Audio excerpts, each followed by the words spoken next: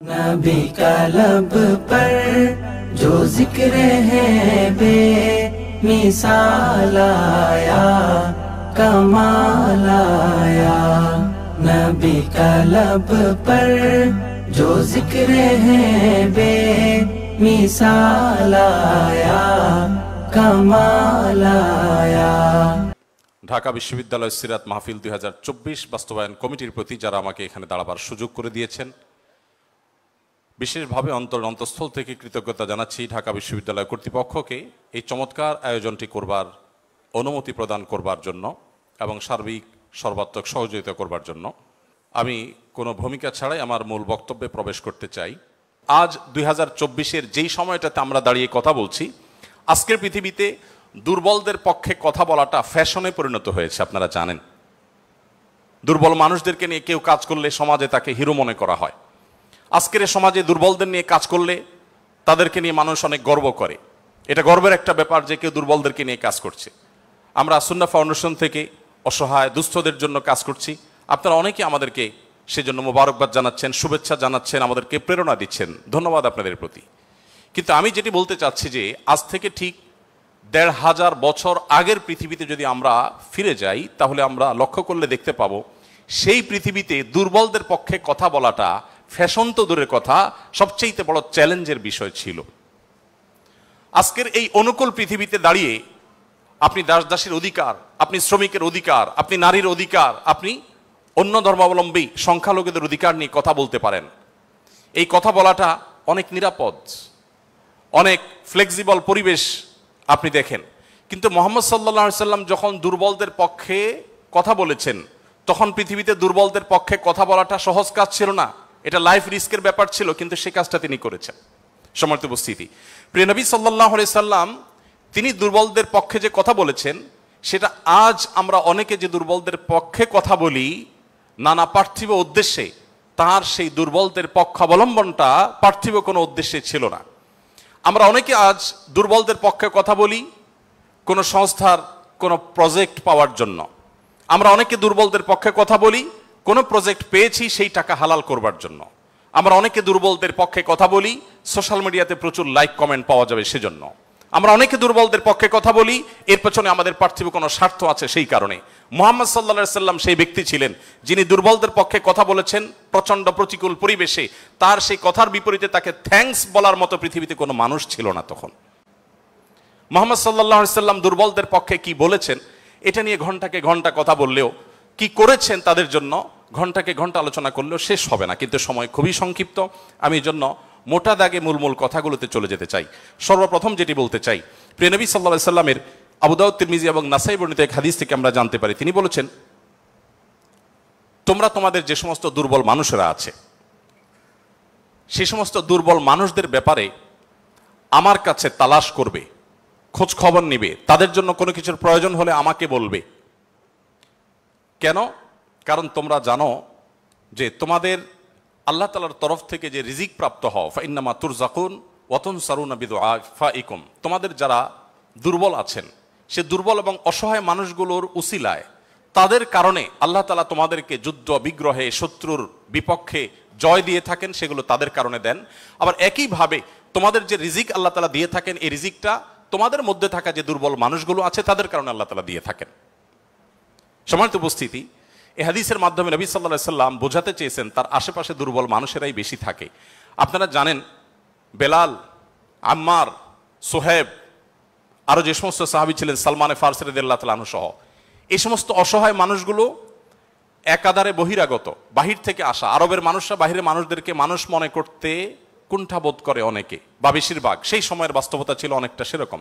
নবী করিম সাল্লাল্লাহু আলাইহি সাল্লাম সেই পরিস্থিতিতে বাহির থেকে আসা সালমান ফারসি শুধু তার পরামর্শে গোটা মদিনার চতুর্পাশে পরীক্ষা খনন করা সেই কষ্টসাধ্য কাজ শুরু করে দিয়েছিলেন। তিনি বেলাল রাদিয়াল্লাহু তাআলা আনহুর মতো একজন নিগ্রো, ইথিওপিয়ান এবং বাহির থেকে আসা কৃতদাস ছিলেন, সেই মানুষটিকে নবী সাল্লাল্লাহু আলাইহি সাল্লাম মুয়াজ্জিন বানিয়েছেন। আজ আমাদের সমাজে মুয়াজ্জিন মানে খুব সাদামাঠা একটা পদ, তখন মুয়াজ্জিন ছিলেন নবী করিম সাল্লাল্লাহু আলাইহি সাল্লামের পর সবচেয়ে মসজিদের মধ্যে থাকা সম্মানজনক পদ। নবী করিম সাল্লাল্লাহু আলাইহি সাল্লাম এভাবে দুর্বল সাহাবীদেরকে যে আগলে রাখতেন, দুর্বল সাহাবীদের মধ্যে তিনি থাকতেন এমন ভাবে যে আজ নেতারা যদি অন্যদের সাথে চলে, নেতা কে এটা পরিচয় দেওয়ার প্রয়োজন হয় না। কোনো পাওয়ারফুল ব্যক্তি, কোনো নেতা, তিনি যদি তার অনুসারীদেরকে সাথে নিয়ে অনুসারীদের বেষ্টিত হয়ে হাঁটেন, তো তাকে চেনার জন্য কারো জিজ্ঞেস করতে হবে না। আমাদের প্রিয় নবী সাল্লাল্লাহু আলাইহি সাল্লাম তিনি যখন সাহাবীদের মধ্যে বসা থাকতেন, তখন বাহির থেকে আসা মানুষরা জিজ্ঞেস করতে হতো, মান ফিকুম মুহাম্মদ, তোমাদের মধ্যে মুহাম্মদ লোকটা কে? আপনি চিন্তা করুন, তার বসার মোড়টা এমন ছিল যে অন্য 10 জন সাধারণ সাহাবীর মধ্যে তিনি নিজেকে মিশিয়ে ফেলতেন। তার মধ্যে কোনো অহংকার ছিল না, এমন ভাবে দুর্বলদের সাথে নিজেকে মিশিয়ে ফেলতেন যে বাহির থেকে আসা মানুষ তার অ্যাটিটিউড দেখে, তার বডি ল্যাঙ্গুয়েজ দেখে চেনার কোনো উপায় ছিল না যে মুহাম্মদ নেতা লোকটি কে সাল্লাল্লাহু আলাইহি ওয়াসাল্লাম। সম্মানিত উপস্থিতি, ঠিক একইভাবে আমরা জানি নবী করিম সাল্লাল্লাহু আলাইহি সাল্লাম কারা জান্নাতবাসী, জান্নাতি লোকদের মার্কা কি, সেটা বলতে গিয়ে বলেছেন যে আলা আখবিরুকুম বিআহলিল জান্নাহ, তোমাদেরকে কি আমি বলে দিব না যে তোমাদের মধ্যে বিচরণকারী মানুষদের মধ্যে কারা কারা জান্নাতি, জান্নাতি হিসাবে তোমরা কাদেরকে সুধারণা করতে পারো, তাদের আলামত কি, যে আলামত দেখে তুমি অনুমান করবে, আন্দাজ করবে লোকটা জান্নাতি। নবী করিম সাল্লাল্লাহু আলাইহি সাল্লামের পর নিজে জবাব দিয়ে বলেছেন, কুল্লু দাঈফিন মুতাদাঈফ, যে সমস্ত মানুষগুলো দুর্বল, বিনয়ী, নিরীহ, এই মানুষগুলো জান্নাতি। অর্থাৎ যদি তাদের ঈমান অন্য সব বিষয়গুলো ঠিকঠাক থাকে, পাশাপাশি তিনি যদি নিরীহ গোছের হন, বিনয়ী হন, বিনম্র হন, তিনি যদি খুব বেশি অহংকারী, অনেক বেশি রূঢ় স্বভাবের না হন, তাহলে এই মানুষগুলো জান্নাতি হওয়ার এটি একটি বড় লক্ষণ। এখানে নবী করিম সাল্লাল্লাহু আলাইহি সাল্লাম দুর্বলতাকে জান্নাতি হওয়ার, নবী সাল্লাল্লাহু আলাইহি সাল্লাম দুর্বলতাকে বা বিনয়কে জান্নাতি হওয়ার লক্ষণ হিসাবে উল্লেখ করেছেন। এখান থেকে বোঝা যায় দুর্বলদের অবস্থান তার কাছে কেমন ছিল। আমরা নবী সাল্লাল্লাহু আলাইহি সাল্লামের যে দুর্বলদের প্রতি তার যে ভালোবাসা, তার যে তাদের অধিকার আদায়ের প্রচেষ্টা, তাদেরকে সমাজে তাদের যথাযথ অধিকার ফিরিয়ে দেওয়ার প্রচেষ্টা, সে সম্পর্কে যদি আমরা কয়েকটা উপমা দিতে চাই, আমরা একজন একজন করে বলতে চাই।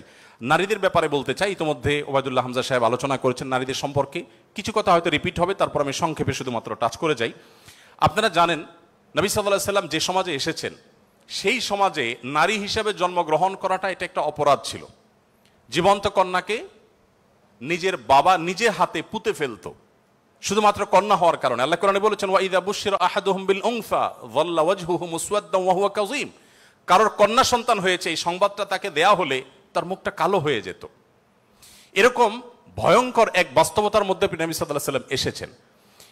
আমি আবারও বলছি, আজকের সমাজে নারী অধিকার নিয়ে কথা বলা এটা অনেক সহজ। নারী অধিকার নিয়ে কথা বলা মানুষগুলোর জন্মেরও বহু বছর আগে প্রিয় নবী সাল্লাল্লাহু আলাইহি সাল্লাম শুধু নারী অধিকার নিয়ে কথা বলেন নাই, জীবন্ত কবরস্থ করা হতো যেখানে কন্যা সন্তানকে, সেই জায়গা থেকে তুলে নারীকে সবচেয়ে সম্মানের সর্বোচ্চ আসনে বসিয়ে তারপর তিনি দুনিয়া থেকে গেছেন। প্রিয় নবী সাল্লাল্লাহু আলাইহি সাল্লাম নারীদের জন্য কি করেছেন? কোরআনে আল্লাহ তাআলা বলেছেন, ওয়াশিরুহুন্না বিল মারুফ, হে পুরুষেরা তোমরা তোমাদের স্ত্রীদের সাথে যথাযথভাবে সুন্দরতম উপায়ে তাদের সাথে বসবাস করো, তোমাদের জীবনাতিপাত করো, সংসার করো ভালোভাবে, খারাপভাবে তাদের সাথে তোমরা সংসার করবে না, সতর্ক করেছেন। কোরআনে কারিমে একটি সূরা আছে, আপনারা জানেন, সূরার নাম হলো সূরাতুন নিসা, অর্থাৎ নারীগণের সূরা। কোরআনে কিন্তু পুরুষগণের সূরা নামে কোনো সূরা নেই, সূরাতুর রিজাল নামে কোনো সূরা নেই, কিন্তু সূরাতুন নিসা নামে সূরা আছে, এবং সেটা ছোটখাটো 2-4-5 আয়াতের সূরা না, কোরআনের সবচেয়ে বড় সূরাগুলোর একটি। এবং কোরআনে শুধুমাত্র নারীদের বিধিবিধান বর্ণনা করবার জন্য সূরা তাহরিম, সূরা তালাক, অনেকগুলো সূরা আল্লাহ তাআলা নাজিল করেছেন স্পেশাল নারীদের বিধিবিধান বর্ণনা করবার জন্য। পুরুষদের জন্য আলাদা কোনো স্পেশাল বিধিবিধান, তাদের অধিকার, তাদের করণীয়, তাদের বিষয়গুলোকে আলোকপাত করবার জন্য কোনো আলাদা স্পেশাল কোনো সূরা নেই। আপনারা জানেন কোরআনে আল্লাহ রাব্বুল আলামিন নারীদের সম্পর্কে যত আলোচনা করেছেন, শুধু সেগুলোই ঘন্টায় ঘন্টা আলোচনা করলে শেষ করা যাবে না। প্রিয় নবী সাল্লাল্লাহু আলাইহি সাল্লাম তার, আপনারা জানেন, একাধিক স্ত্রী ছিলেন। একাধিক স্ত্রী থাকলে দাম্পত্য জীবনে টুকটাক মনোমালিন্য হয়, তার ক্ষেত্রেও হয়েছে। তিনি কখনো কোনো নারীর গায়ে আঘাত করেননি, কোনো নারীকে কখনো প্রহার করেননি, তার জীবনে একটি বারের জন্য সে ঘটনা ঘটেনি। আপনারা অনেকে হয়তো শুনে থাকবেন, উহুদের যুদ্ধে প্রিয় নবী সাল্লাল্লাহু আলাইহি সাল্লামের তরবারি একজন সাহাবীকে দেয়া হয়েছে। তিনি দূর থেকে লক্ষ্য করলেন একজন নারী খুব বীভৎস একটি দৃশ্যের অবতারণা করেছেন, তার নাম ছিল হিন্দা, আপনারা জানেন। তিনি নবী করিম সাল্লাল্লাহু আলাইহি সাল্লামের প্রিয় চাচার লাশ কেটে কলিজা বের করে চাবাচ্ছেন।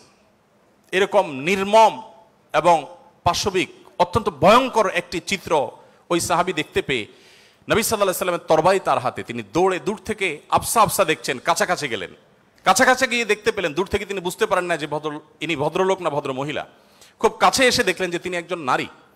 তিনি তখন বলেছেন পরবর্তীতে যে আমি তরবারিটা তুলেছিলাম যে তার শিরকে আমি তার ধড় থেকে দেহ থেকে আলাদা করে দিব, কিন্তু তৎক্ষণাৎ আমার মনে হলো এই তরবারিটা তো সেই মানুষটার যে মানুষ কোনোদিন কোনো নারীর গায়ে আঘাত করেন নাই। আমি যত কঠিন দৃশ্যই দেখি না কেন, আমি নবী সাল্লাল্লাহু আলাইহি সাল্লামের তরবারি দিয়ে কোনো নারীকে আঘাত করতে পারি না। তিনি সেই অবস্থাতে এরকম ভয়ঙ্কর একটি দৃশ্য দেখার পরও নবী করিম সাল্লাল্লাহু আলাইহি সাল্লামের জীবন চরিত্রের মধ্যে তিনি নারীদেরকে যেভাবে সম্মান দিতেন, মর্যাদা দিতেন, শুধুমাত্র সেই বিষয়টিকে স্মরণ করে তরবারিকে খাপে ঢুকিয়ে তিনি সেখান থেকে ফিরে এলেন। প্রিয় নবী সাল্লাল্লাহু আলাইহি ওয়াসাল্লাম তিনি যুদ্ধের ময়দানে কয়েক শ্রেণী মানুষকে কোনোভাবেই যেন হত্যা না করা হয় তার জন্য আগে থেকে বলে রেখেছেন, এবং যুদ্ধের আগে যোদ্ধাদেরকে, মুজাহিদদেরকে বলে রাখতেন, খবরদার রণাঙ্গনে শত্রুপক্ষের অন্য সব মানুষকে আঘাত করলো, নারীদেরকে আঘাত করবে না। আপনারা এই জন্য সাহাবীদের মধ্যে পুরুষ সাহাবীদের শহীদ হওয়ার অনেক লম্বা ফিরিস্তি বা লিস্ট আপনারা দেখতে পান, মহিলা সাহাবীদের লিস্ট খুব বেশি একটা দেখা যায় না। যদিও পুরুষদের আল্লাহর জন্য জীবন উৎসর্গ করার এই পথের সর্বপ্রথম পথ নির্দেশ করেছেন যিনি, অবাক করা বিষয় হলো তিনি একজন নারী, সুমাইয়া রাদিয়াল্লাহু তাআলা আনহা।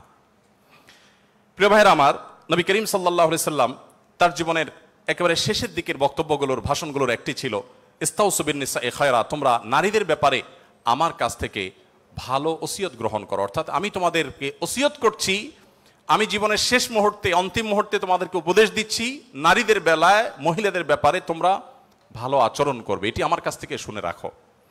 নবী করিম সাল্লাল্লাহু আলাইহি ওয়াসাল্লাম তিনি তিনটি জিনিসকে খুব বেশি ভালোবাসতেন, তিনটি জিনিস তার কাছে খুব বেশি প্রিয় ছিল। আপনারা অনেকে হাদিসটি জানেন। তার একটি ছিল সুগন্ধি, তিনি পারফিউম, আতর খুব পছন্দ করতেন। আরেকটি ছিল সালাত, নামাজ, এটি তার চক্ষু শীতলতার কারণ ছিল, তার অনেক ভালো লাগতো নামাজ আদায় করতে। আরেকটি ছিল নারী। এখানে নারী প্রিয়র অর্থ হলো বাবা এবং মায়ের মধ্যে নবী সাল্লাল্লাহু আলাইহি সাল্লাম বাবার চাইতে মাকে বেশি প্রায়োরিটি দিতেন।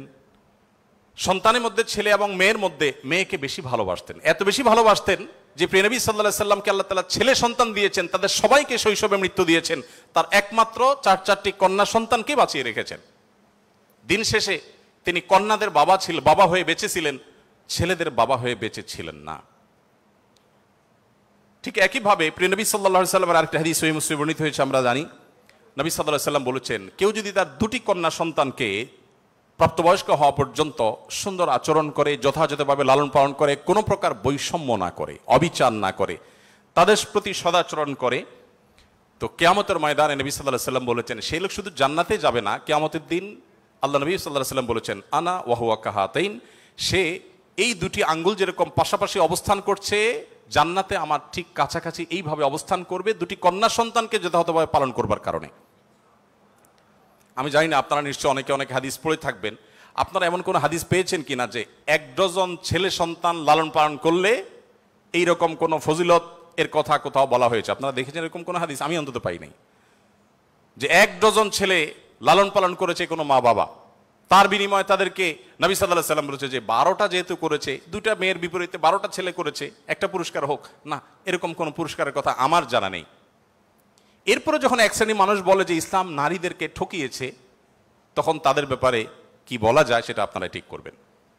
সম্মানিত উপস্থিতি, নবী করিম সাল্লাল্লাহু আলাইহি ওয়াসাল্লাম বলেছেন, কোনো বাবা, কোনো অভিভাবক, কোনো প্যারেন্টস, কোনো মা যদি কোনো কন্যার কারণে কন্যা দায়গ্রস্ত হয়ে পড়েন, সমাজের মানুষের কুসংস্কারের কারণে যদি তার মুখটা ছোট হয়ে যায়, কোনো কারণে তিনি যদি কোণঠা সময় পরিস্থিতির মধ্যে পড়ে যান, এরপরও তিনি যদি সেই মেয়েদেরকে লালন পালন করার ক্ষেত্রে কোনো কার্পণ্য না করেন, সমাজের বিরুদ্ধে দাঁড়িয়ে বুক টান টান করে যদি তার কন্যাদেরকে তিনি ভালোবাসা দেন, সদাচরণ করেন, তাদের অধিকার যথাযথভাবে দিয়ে দেন,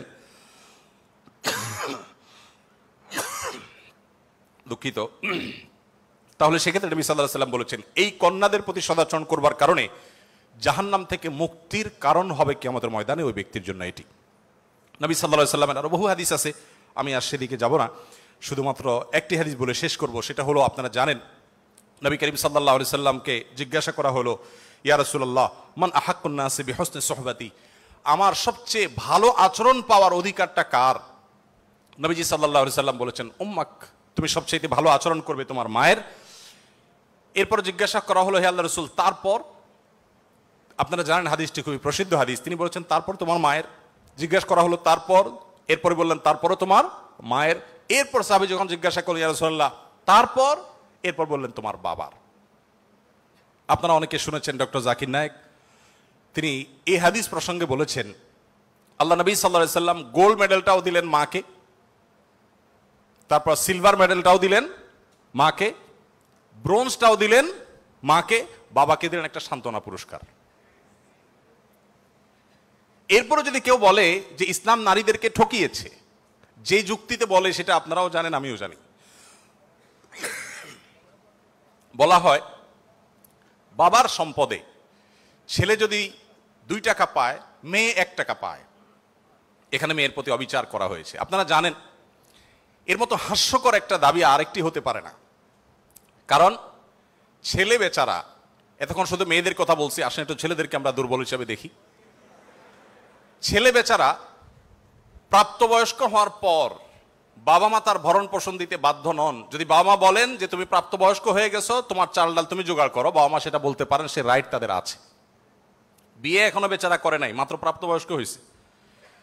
এরপর প্রাপ্তবয়স্ক হওয়ার পর যখন বিয়ে শাদী চিন্তা করে, বাপ মা এটা বলতেই পারেন যে বাবা তোমার বিয়ে শাদীর টাকা তুমি জোগাড় করো, আমি তোমার বইয়ের গহনা কিনে দিব, মোহর জোগাড় করব, তোমার খরচ খরচা দিব। এটা বাবা মা করতে বাধ্য নন শরীয়তের দৃষ্টিকোণ থেকে, ছেলেরটা ছেলেকেই জোগাড় করতে হবে। আপনাদের অনেকগুলো প্রশ্ন আমার কাছে আসছে, এর মধ্যে সবচেয়ে কমন যে প্রশ্ন বারবার এসেছে সেটা হলো যুবকদের প্রশ্ন, বাবা মা বিয়ে দিতে চায় না, আমরা কি করব? আমি সে প্রশ্ন উত্তরে যেতে পারবো কিনা জানি না, তবে তরুণদের আহাজারে আমাকে খুব কষ্ট দেয়। কারণ আমি খুব বেশি বয়সে বিয়ে করিনি, আমি এখন নানা হয়েছি, আপনারা অনেকে জানেন। আমার এই বয়সে আমি নানা হয়েছি, এটা অনেকে শুনলে আসমান থেকে নাজিল হওয়ার উপক্রম হয় যে কিভাবে সম্ভব। তো আমি বলি, আমি আমার সংসার জীবন গোছানো শেষ, আমি এবং আমার মিসেস সহ বাকি জীবন আরামের সাথে দেশ বিদেশ যদি ঘুরেও বেড়াই, আল্লাহ বিল্লাহ করে বাকি জীবন কাটিয়ে দিই, আমার কোনো টেনশন নাই, কারণ আমার সংসারের সব সেট আপ করা শেষ। সে সমস্ত মানুষদেরকে দেখে আমার করুণা হয়, মায়া হয়, যারা আর্লি ম্যারেজকে দোষণীয় মনে করে, তারা অনেক বেশি দেরি করে তথাকথিত নিজের পায়ে দাঁড়ানোর কথা বলে 30-35 পার হওয়ার পর বিবাহ শাদী করেন। এই মানুষগুলো তাদের ছেলে মেয়ে হইতে হইতে, প্রথম তো আবার ছেলে মেয়ে নেওয়া যাবে না, একটা লম্বা সময় এনজয় করতে হবে, 40-এর পর হয়ে যায় ছেলে মেয়ে হতে হতে। এরপর এই ছেলে পড়ালেখা করে গ্রাজুয়েশন করতে করতে 55-60 ছুঁই হয়ে যায়, ততক্ষণে সংসারের ঘানি টানতে থাকে। আল্লাহ না করুন ছেলেটা যদি অমানুষ হয়, এই বেচারা বৃদ্ধ বয়সে আর যাওয়ার কোনো উপায় নাই। আবার সন্তান তো 1টা বা 2টা বেশি নেওয়া যাবে না, তাহলে তার দুঃখের কোনো শেষ আছে? আর আমার সব কিছু কমপ্লিট। এখন ছেলে মেয়ে যদি বেশি বেতাল হয়, বেলাইন হয়, সোজা কানটা মলে দিয়ে দরজা দেখা দিতে কোনো অসুবিধা নাই। কারণ আমার 2nd, 3rd, 4th অপশন আছে, অনেকগুলো সন্তান আছে। আর দ্বিতীয়ত আমার বয়সে এখনো অনেকখানি বাকি আছে। যাই হোক, আমি সেদিকে যাচ্ছি না। আমি যেটা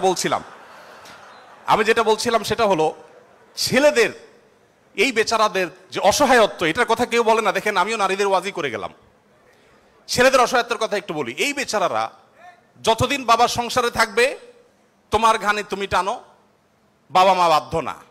মেয়েকে কিন্তু এটা বাবা বা মা বলতে পারেন না। এরপর যখন বিয়ে হবে, বিয়ের সময় ওই যে ছেলেরা চিরকুট নিয়ে আসে, হুজুর একটু বলে দেন আমার আব্বা এখানে আছে।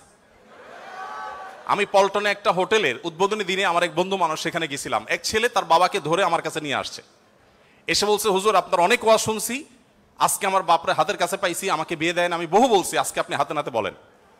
আমি নিজের লজ্জা লাল হয়ে গেলাম যে ছেলে কি বেহায়ার মতো কথা। যাই হোক, তো এই বেচারারা বিয়ে করতে যাবে, বাপ বলে যে কি করো তুমি, বিয়ে করবে মানে টাকা কামাই করো। মেয়েদের বিয়ের সময় কি বাবা মা এটা বলে তুমি কয় টাকা কামাই করছো তোমার বিয়ে দিব? বলার সুযোগই নাই, রাইটই নাই। এরপরে বিয়েটা যখন হয়ে যায়, এই বেচারা এতদিন নিজের পেট পালা লাগতো, এখন বউয়ের পেট পালো, ছেলে মেয়ের পেট পালো, অর্থাৎ তাদের রিজিকের ব্যবস্থা করো, তাদের উপার্জনের দায় দায়িত্ব তার। নিজের বাবা মা যদি বৃদ্ধ হয়ে যান, অসহায় হয়ে যান, তাদের দায়িত্ব তার। বাপের বাড়ি যাওয়ার সময় বাজারটা তার করতে হয়, শ্বশুর বাড়ি যাওয়ার সময় মিষ্টির প্যাকেটটার টাকাও তাকে দিতে হয়। শতভাগ খরচ ছেলের, শতভাগ খরচ কার? ছেলের। আর বাপের সম্পদে পাবে হলো 2 টাকা, 2 আনা, আর মেয়ে পাবে 1 টাকা। তার অন্যের খরচ তো দূরের কথা, নিজের খরচই তার উপরে বর্তায় না। ইসলাম কি তাকে কম দিয়েছে না বেশি দিয়েছে? একজনকে 2 টাকা দিয়ে বাজারে পাঠিয়ে বিরাট বড় ফর্দ দেখাই দিয়েছেন, এতগুলো সব তোমাকে আনতে হবে। আরেকজনকে 1 টাকা দিয়ে বললেন যে তুমি শুধুমাত্র এই টাকা দিয়া যা খুশি তা করতে পারো। তাহলে এই 1 টাকা যাকে দেওয়া হয়েছে তার অধিকার কি কম দেওয়া হয়েছে না বেশি দেওয়া হয়েছে? আল্লাহর সাথে পাল্লা দিলে গোল্লা যাওয়া ছাড়া কোনো উপায় থাকে না। যারা নিজের বিবেক দিয়ে আল্লাহ সুবহানাহু ওয়া তাআলার বিচারকে, বিশ্লেষণকে বিচার করতে চায়, তারা আল্লাহর উপরে ওই যে খোদার উপরে খোদাগিরি বলে যে সে মূর্খতা ছাড়া আর কিছুই করছে না। আমি শ্রদ্ধা রেখে তাদের প্রতি এটা বলতে বাধ্য হলাম।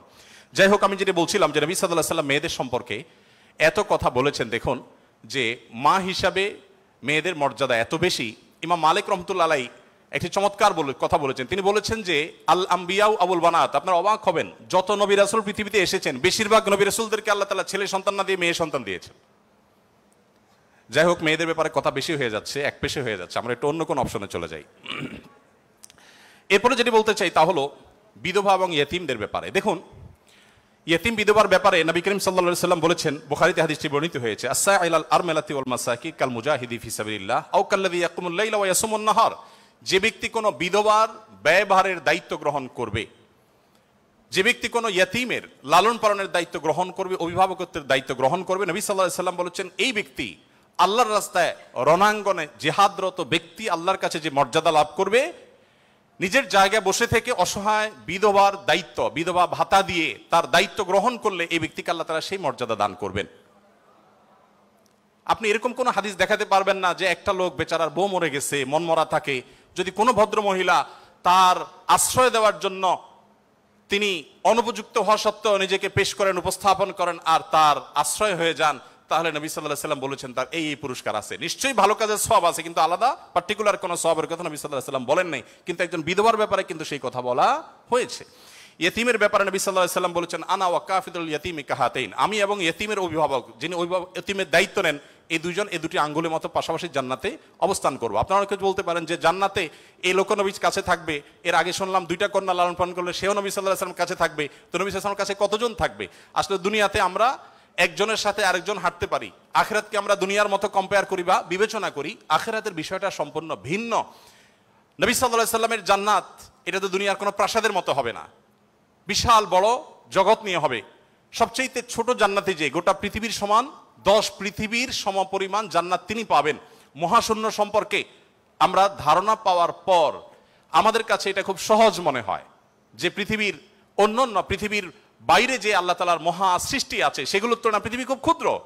যখন পৃথিবীতে এগুলো আবিষ্কার হয় নাই, আপনি চিন্তা করুন তখনকার মুসলমানদের জন্য ঈমান আনা কতটা কঠিন ছিল, যে কিভাবে এত বড় জান্নাত দিবেন আল্লাহ তাআলা, কোথায় এত জায়গা। কিন্তু আজ আমরা সেটা আবিষ্কার করেছি, আমরা জানি কিয়ামত পর্যন্ত আবিষ্কার হতে থাকবে। কোরআন এবং সুন্নাহর অনেক কিছু এখনো আমাদের বুঝে আসছে না, কিন্তু এক সময় হয়তো বুঝে আসবে।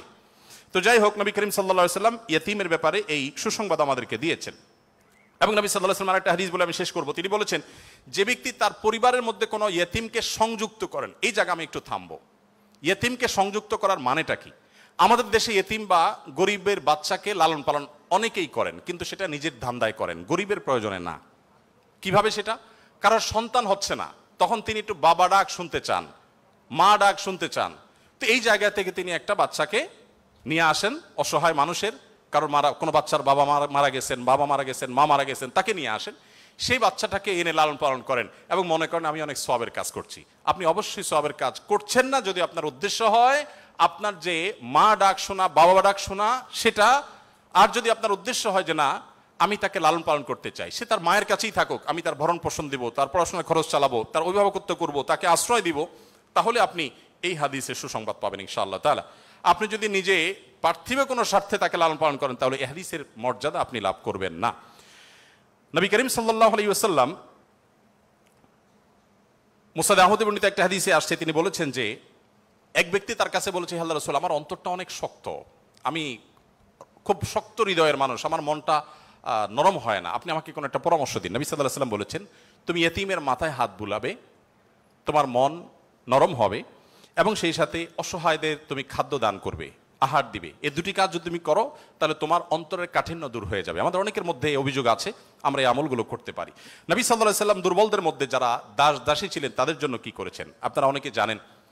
ইসলামের অনেকগুলো গুরুত্বপূর্ণ বিধিবিধান আছে, এর মধ্যে থেকে একটা হলো দাস দাসী মুক্ত করার বিধান। যদি কোনো পুরুষ, কোনো স্বামী যদি তার স্ত্রীকে মায়ের সাথে তুলনা করেন, মায়ের সাথে তুলনা করার একটা পর্যায়ে আছে যেটাকে ইসলামী ফিকহের পরিভাষায় জেহার বলা হয়। রাগের বশে এরকম অনেকে করে থাকেন যে আমার মা যেরকম হারাম তুমি এরকম হারাম, তালাকের মতোই অনেকটা এই টাইপের কথা যদি কেউ বলেন, তার প্রায়শ্চিত্ত হলো তাকে একটি দাস মুক্ত করতে হবে। কেউ যদি ইচ্ছাকৃতভাবে রোজা ভঙ্গ করেন, তাহলে তার প্রায়শ্চিত্ত হলো তাকে একটি দাস মুক্ত করতে হবে। কেউ যদি শপথ করে শপথ রক্ষা না করেন, ভঙ্গ করেন, তাহলে তাকে দাস মুক্ত করতে হবে। কেউ যদি কোনো মানুষকে হত্যা করেন, ভুলে হত্যা করেন, তার প্রায়শ্চিত্তগুলোর মধ্যে থেকে একটা হলো তাকে দাস মুক্ত করতে হবে। এভাবে ইসলাম অনেকগুলো ভুলের প্রায়শ্চিত্ত হিসাবে অন্য কোনো অপশনের চাইতে দাস মুক্তিকে প্রায়োরিটি দিয়েছে, গুরুত্ব দিয়েছে। নবী সাল্লাল্লাহু আলাইহি ওয়াসাল্লাম বারবার বলেছেন, কারণ তিনি চাইতেন মানুষ দাস না থাকুক, মানুষ মুক্ত হয়ে যাক। নবী সাল্লাল্লাহু আলাইহি ওয়াসাল্লাম আজকের পৃথিবীর মতো ফ্যাক্টরি রেভলিউশনের পর মানুষের মুক্তির জন্য বা দাস প্রথার বিরুদ্ধে তিনি কথা বলেছেন এমন না। আমি আগেই বলেছি, আজ পৃথিবীতে বহু দুর্বলদের পক্ষে কথা বলা মানুষ পাবেন, তার সবগুলোই বেশিরভাগই দেখবেন স্বার্থের কারণে। আমরা নিজেরাও দুর্বলদের সহযোগিতা করি। এই যে বন্যা গেল, অনেকেই বন্যার সময় ত্রাণ নিয়ে গেছেন জাস্ট একটা ছবির জন্য, অনেকে ত্রাণ নিয়ে গেছেন, কষ্ট করেছেন, শুধু তার একটা লাইভ দরকার, কিছু লাইক দরকার, কিছু কমেন্ট দরকার, কিছু বাহবা দরকার। তো নবী সাল্লাল্লাহু আলাইহি ওয়াসাল্লাম দাস দাসীদের মুক্তির জন্য কথা বলেছেন সেই সমাজে যখন দাস দাসী ছিল আজকের যুগে বিএমডব্লিউর মালিক হলে যেরকম গর্বের, দাস দাসী থাকা সেরকম গর্বের। এরকম মূল্যবান অ্যাসেট কোনো বিনিময় ছাড়া মুক্ত করে দেওয়ার জন্য নবী সাল্লাল্লাহু আলাইহি ওয়াসাল্লাম উৎসাহিত করতেন। শুধু তাই নয়, আপনারা জানেন যে নবী করিম সাল্লাল্লাহু আলাইহি ওয়াসাল্লাম বলেছেন, কোন দাসকে যদি কেউ মুক্ত করে, তাহলে ওই দাসের প্রতিটি অঙ্গকে মুক্ত করার বিনিময়ে যে ব্যক্তি এই কাজটি করলেন, আল্লাহ তাআলা ওই ব্যক্তিকে তার ওই অঙ্গকে জাহান্নাম থেকে মুক্তির পরওয়ানা দান করবেন। নবী সাল্লাল্লাহু আলাইহি ওয়াসাল্লাম আরেকটি হাদিসে আছে, তিনি বলেছেন জীবনের শেষ কথা। নবী সাল্লাল্লাহু আলাইহি ওয়াসাল্লামের জীবনের শেষ কথা কি আমরা জানি, অনেকে জানি, আসসালাতু আসসালাত ওয়া মা মালাকাত আইমানুকুম। অর্থাৎ নবী করিম সাল্লাল্লাহু আলাইহি ওয়াসাল্লামের জীবনের শেষ কথা ছিল, তোমরা নামাজের ব্যাপারে দায়িত্বশীল থাকবে, নামাজের ব্যাপারে দায়িত্বশীল থাকবে এবং তোমাদের দাস দাসীদের ব্যাপারে দায়িত্বশীল আচরণ করবে। এটা ছিল তার জীবনের শেষ কথা। একটা মানুষের কাছে দাস দাসীদের অধিকার কত গুরুত্বপূর্ণ হলে, অধীনস্থ মানুষগুলোর অধিকার কত গুরুত্বপূর্ণ হলে জীবনের শেষ কথা এটা বলে চলে যান যে তোমরা তাদের ব্যাপারে খবরদার সদাচরণ করবে, তাদের প্রতি কোনো জুলুম অবিচার করবে না। আপনারা অনেকে আবু মাসউদ আনসারী রাদিয়াল্লাহু তাআলা আনহুর নাম শুনেছেন। আবু মাসউদ আনসারী রাদিয়াল্লাহু তাআলা আনহু তার একজন দাসকে প্রহার করছিলেন, অধীনস্থকে, কাজের লোককে প্রহার করছিলেন। নবী সাল্লাল্লাহু আলাইহি ওয়াসাল্লাম পেছন থেকে বললেন, ইয়া আবা মাসউদ, সাবধান, শুনে রাখো আবু মাসউদ, লাল্লাহু আকদারু আলাইকা মিনকা আলাই, তুমি এই দাসের প্রতি যতটা পাওয়ার রাখো, হোল্ড করো, আল্লাহ তাআলা তোমার উপর তার চেয়ে বেশি পাওয়ার হোল্ড করেন, মাইন্ড ইট। এই কথা শোনার পর আবু মাসউদ আনসারী রাদিয়াল্লাহু তাআলা আনহু সেই দাসকে মুক্ত করলেন, বলে ইয়া রাসূলুল্লাহ, আমি তাকে মুক্ত করে দিলেন। তখন নবী সাল্লাল্লাহু আলাইহি ওয়াসাল্লাম বলেছেন, যদি তুমি আজ তাকে মুক্ত না করতে, জাহান্নাম তোমাকে স্পর্শ করতো। আব্দুল্লাহ ইবনে ওমর রাদিয়াল্লাহু তাআলা আনহু বলেছেন, আমি নবী করিম সাল্লাল্লাহু আলাইহি ওয়াসাল্লামকে বলতে শুনেছি, যে ব্যক্তি কোনো দাসের প্রতি জুলুম করবে, তাকে অন্যায়ভাবে প্রহার করবে, তার কাজের লোককে, অধীনস্থ লোককে, তার প্রায়শ্চিত্ত হলো সেই অধীনস্থ লোকটাকে সে মুক্ত করে দিতে হবে, দাস মুক্ত করে দিতে হবে, যেটা সহজ কোনো ব্যাপার ছিল না তখন। বুখারীর একটি বিশ্ববিখ্যাত হাদিস, স্বর্ণের অক্ষরে যেটা টানিয়ে রাখা দরকার আমাদের বাসা বাড়িতে। নবী সাল্লাল্লাহু আলাইহি ওয়াসাল্লাম বলেছেন, ইখওয়ানুকুম খাওয়ালুকুম, তোমাদের ভাই ব্রাদার যারা, তারাই তোমাদের অধীনস্থ কাজের মানুষ। এই মানুষগুলো সম্পর্কে নবী সাল্লাল্লাহু আলাইহি ওয়াসাল্লাম বলেছেন, জাআলাহুমুল্লাহু তাহতা আইদিকুম, তাদেরকে আল্লাহ তাআলা তোমাদের অধীনস্থ করে দিয়েছেন। এর মধ্যে ইঙ্গিত রয়েছে আল্লাহ চাইলে তোমাকে তার অধীনে করে দিতে পারতেন। অতএব ফামান কানা আখুহু তাহতা ইয়াদি, যে ব্যক্তি তার ভাই তার অধীনে থাকবে, অর্থাৎ কোনো দাস, কোনো দাসী অথবা যে কোনো কাজের মানুষ, এই হাদিসে দাস দাসীর কথা বলা হয়নি, যে কোনো কাজের লোক, অধীনস্থ মানুষ যদি কারোর অধীনে থাকে, ফালইউতইমহু মিম্মা ইয়াকুল, তাহলে সে যা খায় একই কোয়ালিটির খাবার যেন তাকে অফার করে, এবং সে যা পোশাক পরে একই কোয়ালিটির পোশাক যেন তাকে পরায়। একটু থামতে চাই এখানে। আপনি একটু কল্পনা করুন, এমন একজন মানুষের, যিনি অনেক পয়সার মালিক, অনেক বড় পদ হোল্ড করেন, তিনি তার ড্রাইভার তার জন্য যখন পোশাক কিনছিলেন, একই সময় তার নিজের পোশাকও কিনছিলেন, একই পোশাক যেটা তার জন্য কিনেছেন, সেম পোশাক ড্রাইভারের সাইজ অনুযায়ী, একই কোয়ালিটির, একই কালারের, একই জিনিস ড্রাইভারের জন্য কিনেছেন। এই দৃশ্যটা কি কল্পনা করা যায়? আজকের বাস্তবতা এটা কি খুব সহজ বিষয় মনে হয়? আমরা তো অনেকে অধীনস্থ মানুষদের পাশে বসে খাবো এটাকেই দোষী বিষয় মনে করি। আমরা কি নিজেদেরকে সভ্য দাবি করি? আজকের পৃথিবীর মানুষের সভ্যতা যেখানে গিয়ে ঠেকবে, নবী সাল্লাল্লাহু আলাইহি সাল্লাম তিনি এবং তার সাহাবা ইকরাম পৃথিবীকে যেই জায়গায় রেখে গেছেন সভ্যতার, সেখানে পর্যন্ত আজকের পৃথিবী সভ্যতার সর্বোচ্চ শিখরে গিয়ে পৌঁছতে পারবে না। নবী করিম সাল্লাল্লাহু আলাইহি ওয়াসাল্লাম তিনি তাকে একবার জিজ্ঞাসা করা হলো যে হে আল্লাহ রাসূল, আমাদের যে কাজের লোক আছে, খাদেম আছে, এই লোকগুলোর যত ভুল করে কয়বার মাফ করা যায় আপনি একটু বলেন? মানে এটা সীমা আছে তো, কতবার মাফ করা যায়? নবী করিম সাল্লাল্লাহু আলাইহি ওয়াসাল্লাম চুপ থাকলেন। লোকটা আবার একই কথা বললেন, নবী সাল্লাল্লাহু আলাইহি ওয়াসাল্লাম চুপ থাকলেন। তিনি আবার যখন বললেন, নবী করিম সাল্লাল্লাহু আলাইহি ওয়াসাল্লাম বলেছেন দিনে 70 বার মাফ করবা। কতবার?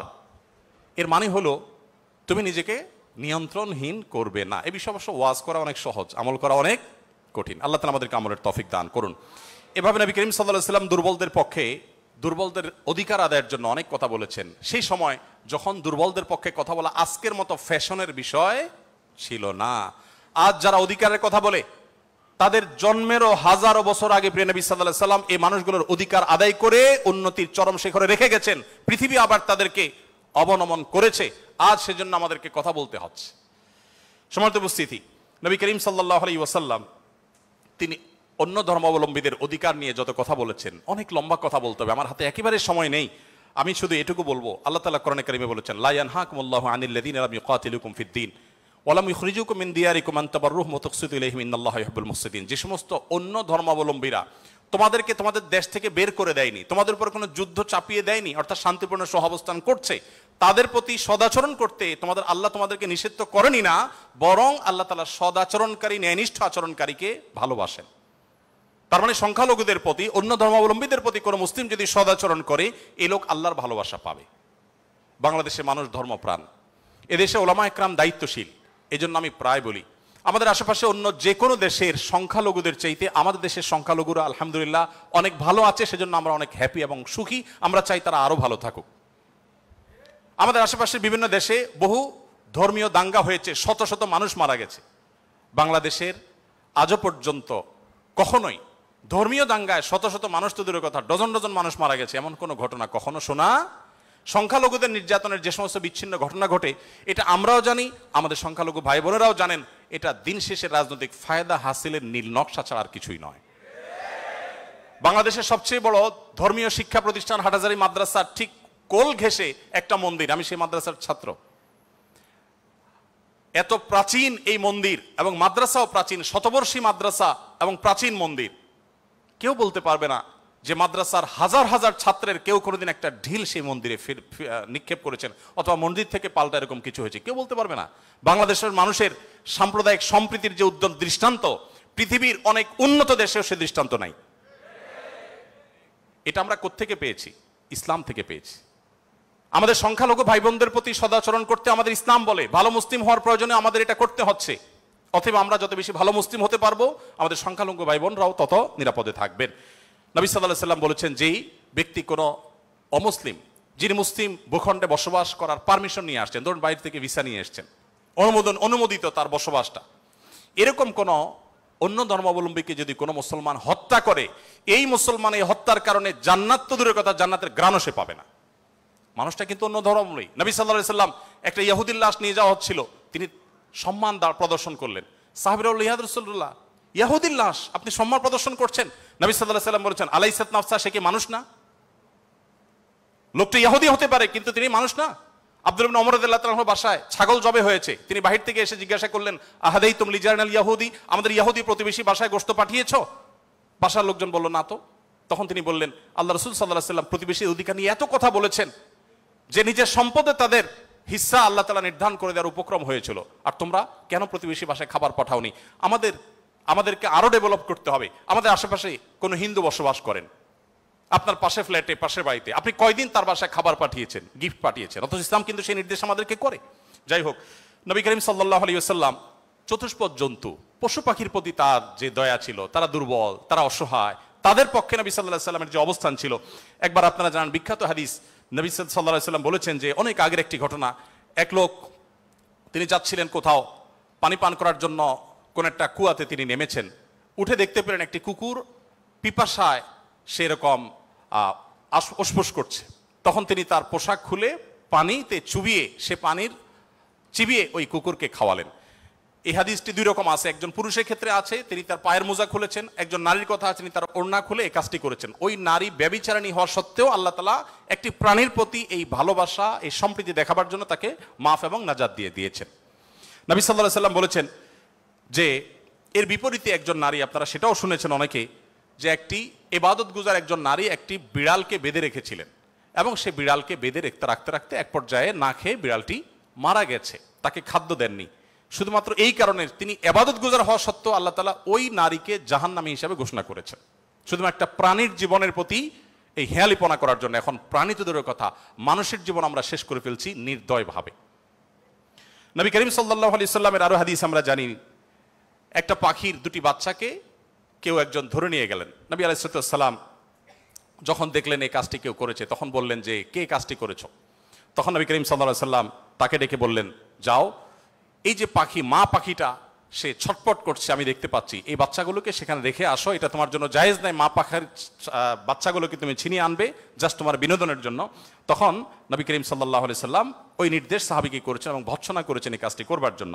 এর বিপরীতে আরেকটা ঘটনা আমরা জানি, এর পাশাপাশি আরেকটা ঘটনা আমরা জানি, নবী সাল্লাল্লাহু আলাইহি সাল্লাম এক ব্যক্তিকে দেখলেন তিনি পিপিলিকার উপদ্রব থেকে বাঁচার জন্য আগুন দিয়ে পোড়াচ্ছেন। তিনি বলেছেন, খবরদার, লা ইউআযযিবু বিন-নার ইল্লা রাব্বুন নার, আগুন দিয়ে পুড়িয়ে নির্মমভাবে তুমি এটাকে হত্যা করতে পারো না। যদি হত্যা করতেই হয় তাহলে তুমি এমনি পিষে মেরে ফেলো, অন্য কোনো ভাবে মেরে ফেলো, নির্মমভাবে তুমি মারতে পারো না। আমাদের অনেকে দেখবেন যে ওই যে এক ধরনের আঠা পাওয়া যায় ইঁদুর মারার, সে আঠা দিয়ে ইঁদুর মারার চেষ্টা করেন, নির্মমভাবে মৃত্যু, হত্যা করা বা নিধন করা, এটা জায়েজ নাই। সে আপনাকে উপদ্রব করে, আপনি হত্যা করতে পারেন, কিন্তু নির্মমভাবে হত্যা করবার বা হত্যাকে আপনি এনজয় করবেন এই অধিকার আপনাকে ইসলাম দেয়নি।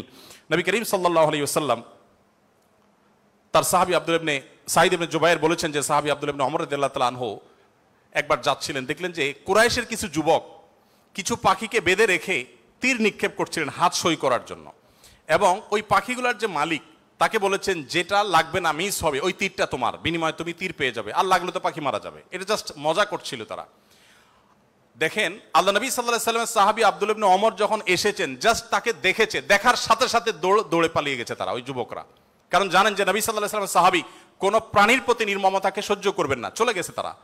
তখন এবার আব্দুল ইবনে ওমর রাদিয়াল্লাহু তাআলা আনহু বলেছেন, আল্লাহ লানত এবং অভিশাপ নাজিল হয় ওই মানুষগুলোর প্রতি যারা কোনো প্রাণীকে এরকম বিনোদনের জন্য জাস্ট তীর মেরে, গুলি মেরে বিভিন্নভাবে লক্ষ্যবস্তু তাদেরকে বানায়। নবী করিম সাল্লাল্লাহু আলাইহি ওয়াসাল্লামের জীবনের বহু ঘটনা আছে, আমরা বলে শেষ করতে পারবো না, আমি একেবারে শেষের দিকে চলে আসছি।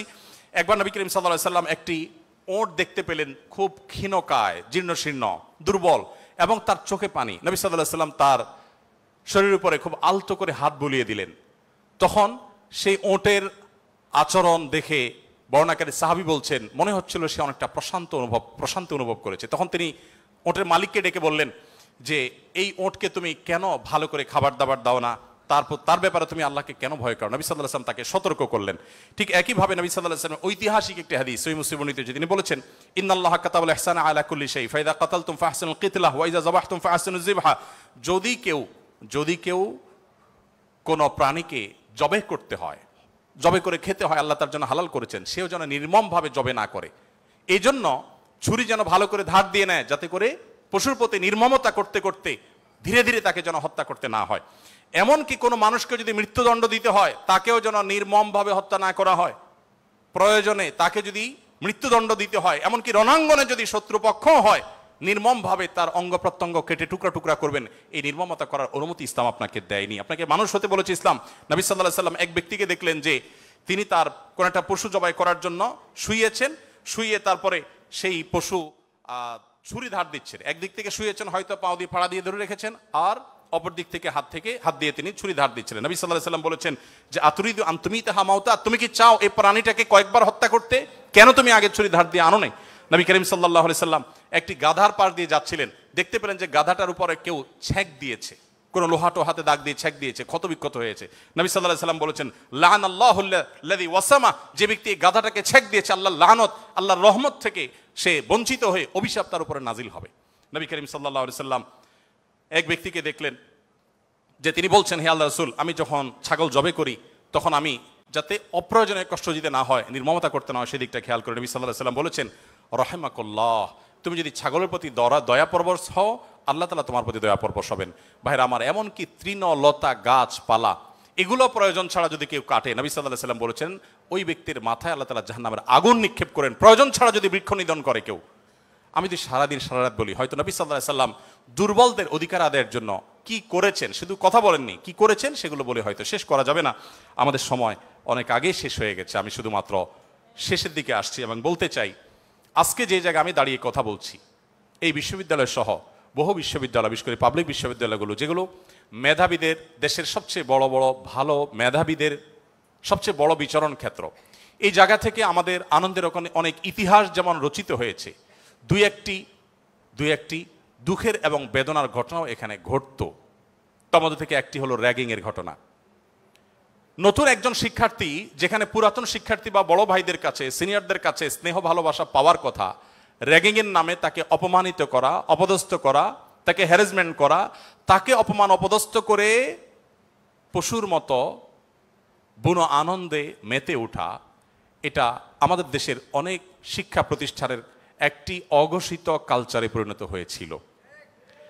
আমরা আশা করব এই পশুত্ব, এই নির্মমতা, এটা আমাদের দেশে আর কোনো শিক্ষা প্রতিষ্ঠানে কোনোদিন ফিরে আসবে না।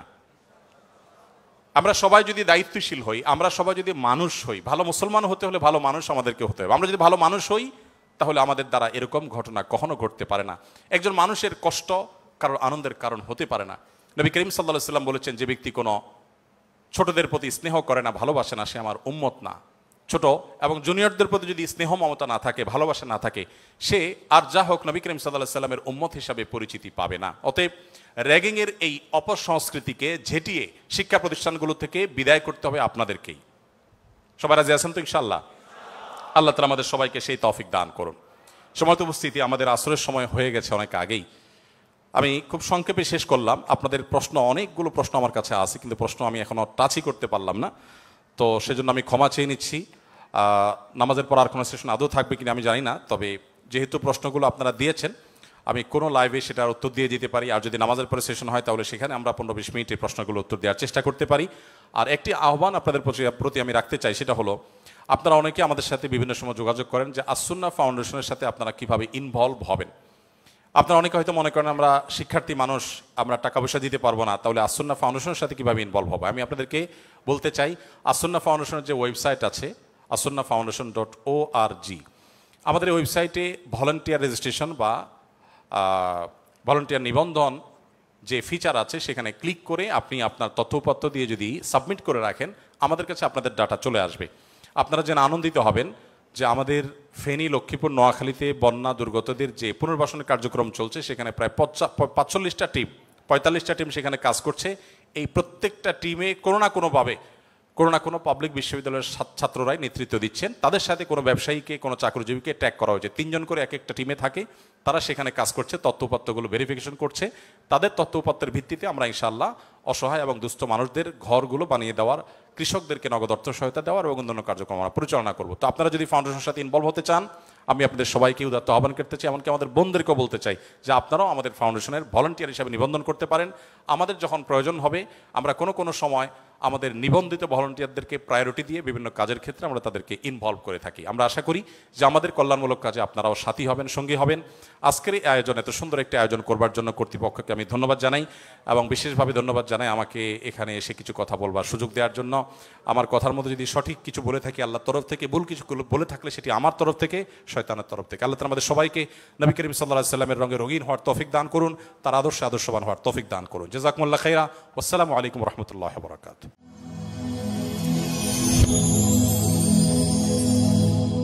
Rose TV 24. Enjoy by listening to the Holy Quran.